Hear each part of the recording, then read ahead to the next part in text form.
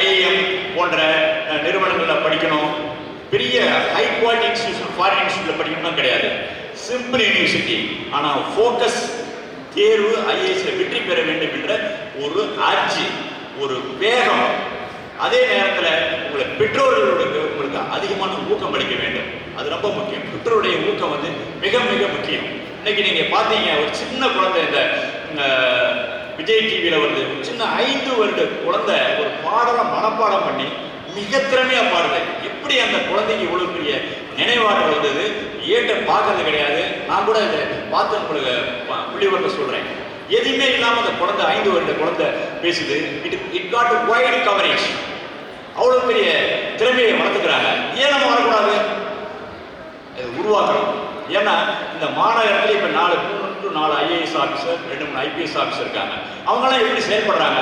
நீங்க அவங்க சந்திக்கணும், அவங்களுடைய ஒப்பீனியன் கேட்கணும். ஒரு நாளைக்கு நீங்க இங்க meet the collector, additional collector, commissioner, corporation, police commissioner, sir நான் ஒரு ஆல் இண்டியா சர்வீஸ் ஆஃபீஸர் ஆகணும், ஒரு ஐஏஎஸ் ஐபிஎஸ் ஆகணும், எங்களை கைட் பண்ணி கேட்கணும். அது அவரை போய் நேரடியாக சந்திச்சு கேட்டால் உங்களுக்கு ஒரு துணிச்சல் இருக்குது. அதே உங்களுக்கு ஒரு தன்னம்பிக்கை உருவாகும். அப்புறம் 2வது, மிகப்பெரிய லைப்ரரியில் போய் புத்தகத்தெல்லாம் நீங்க வந்து பெறணும். என்ன இருக்குது, ஒரு நாளைக்கு போய் அதை உள்ள படிக்க வேண்டியதில்லை. என்ன மெட்டீரியல் இருக்குது அதை பார்க்கணும். என்ன வசதி வாய்ப்புகளை மாநில அரசு, மத்திய அரசு செஞ்சு கொடுக்குறாங்க அதை பார்க்கணும். அப்பதான் நாலேஜ் பேஸ் வைடன் பண்ண முடியும்.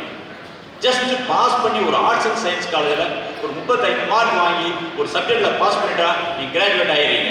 அது இட் இஸ் குவைட் இன்சஃபிஷியன்ட். ஒரு பெரிய அளவுக்கு வரணும்னா, உங்களுடைய நாலேஜ் பேஸ் வைடன் பண்ணணும்னா, பல இடங்கள்ல இருந்து நீங்கள் அந்த மெட்டீரியலை சேகரம் செய்து உங்களுடைய திறனை கம்ப்யூட்டர் பிரெயினில் உங்களை நீங்கள் அதை சேகரித்து மேலே வந்தால்தான் இது போன்ற போட்டிகளில் வெற்றி பெற முடியும். கோவிந்தராஜ் அவர்களுக்கு என்னுடைய மனமான பாராட்டுகள். நீங்கள் சென்னையிலே இருக்கக்கூடிய ஒரு மிகப்பெரிய பயிற்சி மையத்தை போல் யூனிக் அகாடமியை நீங்கள் கொண்டு வர வேண்டும். இந்த பகுதி சேலம் மட்டுமல்ல, சேலம் மாவட்டம் சுற்றியுள்ள மாவட்டத்தில் உள்ள அனைத்து மக்களுக்கும் இங்கே அவர்கள் ஒருங்கிணைந்து உங்களுடைய சேவையை அவர்கள் பயன்படுத்திக் கொள்ள வேண்டும். எனக்காக திரு சிவலிங்கம் அவர்கள் ஒரு பெரிய பயிற்சி மையத்தை கட்டுவதற்காக மிகப்பெரிய திட்டத்தை போட்டுள்ளார்.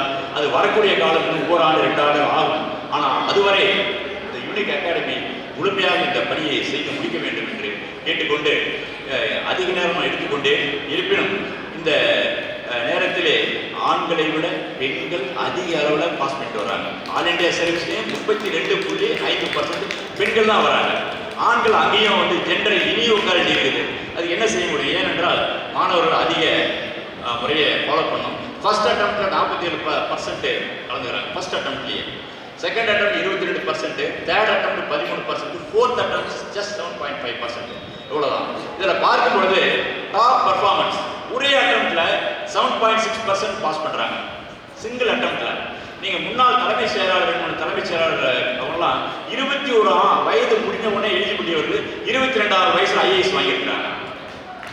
ஏனென்றால் அவங்களுக்கு ஒரு கைடன்ஸ் கிடைக்குது. அதை நீங்க சாதாரணமாக செய்யலாம். இது ஏன்னா சொல்றேன்னா, நீங்க அடிக்கடி இந்த பத்திரிகைகளை பாருங்க. டீ கடை வித்தவருடைய மகன் ஐஏஎஸ் வெற்றி, தள்ளுவண்டி வித்தவருடைய மகன் ஐஏஎஸ் வெற்றி, மீனவர் பெண் வெற்றி, இது போன்ற கதைகள் எல்லாம், இது போன்ற ரியல் ஸ்டோரிஸ் எல்லாம் வந்துட்டே இருக்குது. இதெல்லாம் நீங்க எடுத்துக்கொள்ள வேண்டும். எப்படி வெற்றி பெற்றார்கள், அவங்க என்ன ஊக்கம் கிடைத்தது, எவ்வாறு புத்தகத்தை தேடினார்கள், எங்கிருந்து படித்தார்கள், இதே பட்டி தொட்டியிலே சேலம் மாவட்டத்தில் இருக்கக்கூடிய குக்கிராமத்தில் அந்த மாணவர்கள் எப்படி வெற்றி பெற்றார்கள் என்பதை நீங்கள் ஒரு படிப்பினை எடுத்துக்கொள்ள வேண்டும்.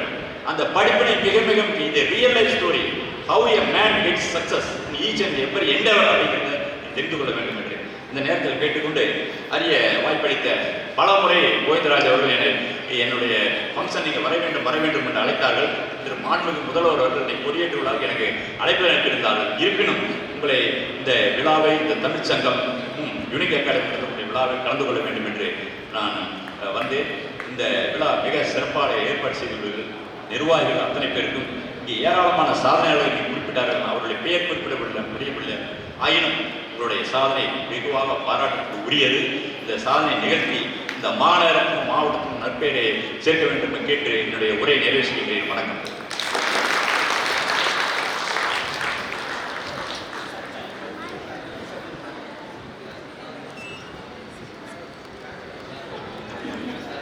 மிக சிறப்பாக தலைமை உரையாற்றி இங்கே ஐஏஎஸ் தேர்வுக்கு படிக்க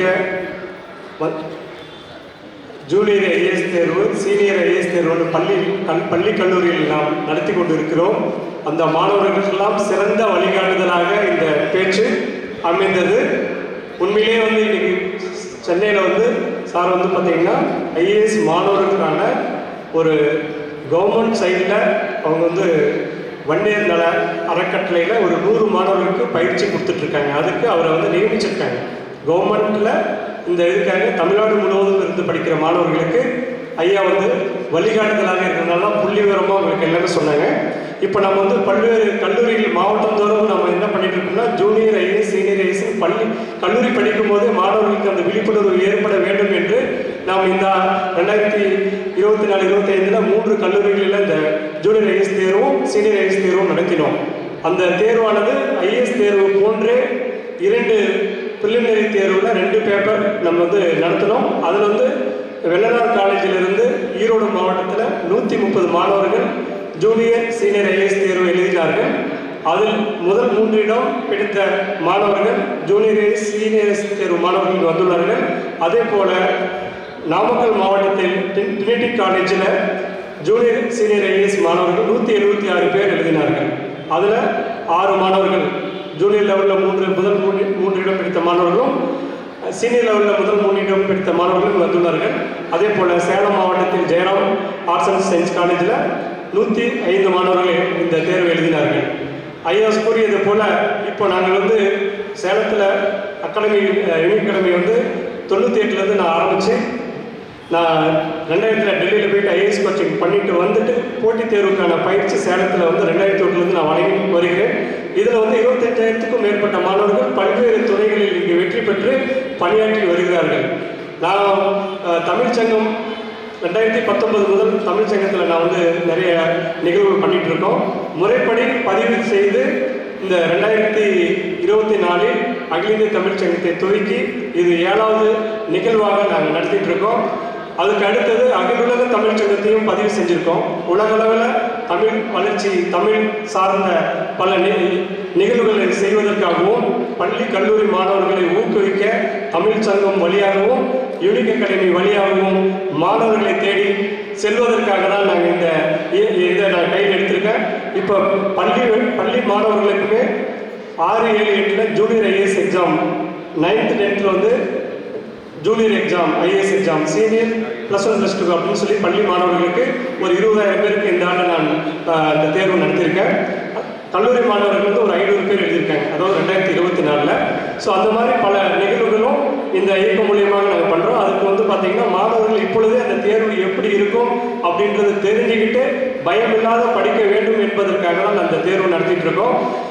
உண்மையிலே பார்த்தீங்கன்னா ஐயா கூறியதை போல் நாங்கள் இது வரைக்கும் ஒவ்வொரு நிகழ்வுமே கரெக்டாக ஒரு 1:30 மணிக்கு மதிய இடைவேளை விட்டுருவோம். அதுக்கு அடுத்தது 5, 6 ஆனாலும் இந்த நிகழ்வு முடியாது. ஏன்னா இங்கே வந்திருக்கிற அத்தனை பேருமே பல்வேறு துறையை சார்ந்தவர்கள், பல்வேறு சாதனையாளர்கள். அவங்க எல்லாமே பேச அழைத்தால் இன்று மட்டும் இல்லை, நாளை இரவு ஆனாலும் முடியாது. அவ்வளவு பேச்சாற்றல் உள்ளவர்கள் அனைவருமே இங்கே பேச முடியாத சூழல். இப்போ மாணவர்களுக்கு இந்த கல்லூரியில் ஜூனியர் ஐஏஎஸ் சீனியர் ஐஏஎஸ் தேர்வு எழுதி வெற்றி பெற்ற மாணவர்களுக்கு விருது மற்றும் பல்துறை சாதனையாளர் விருது வழங்கி மிக சுருக்கமாக இந்த நிகழ்வை முடிக்கிறதுக்காக நாங்கள் முயற்சித்திருக்கோம். இந்த நிகழ்வை தலைமையேற்று சிறப்பாக தலைமையுரை ஆற்றிய ஜெயராம் ஐஏஎஸ் அவர்களுக்கு அகில இந்திய தமிழ் சங்கம் யூனிக் அகாடமி சார்பாக பொன்னாடை போர்த்தி கௌரவிக்கப்படுகிறது.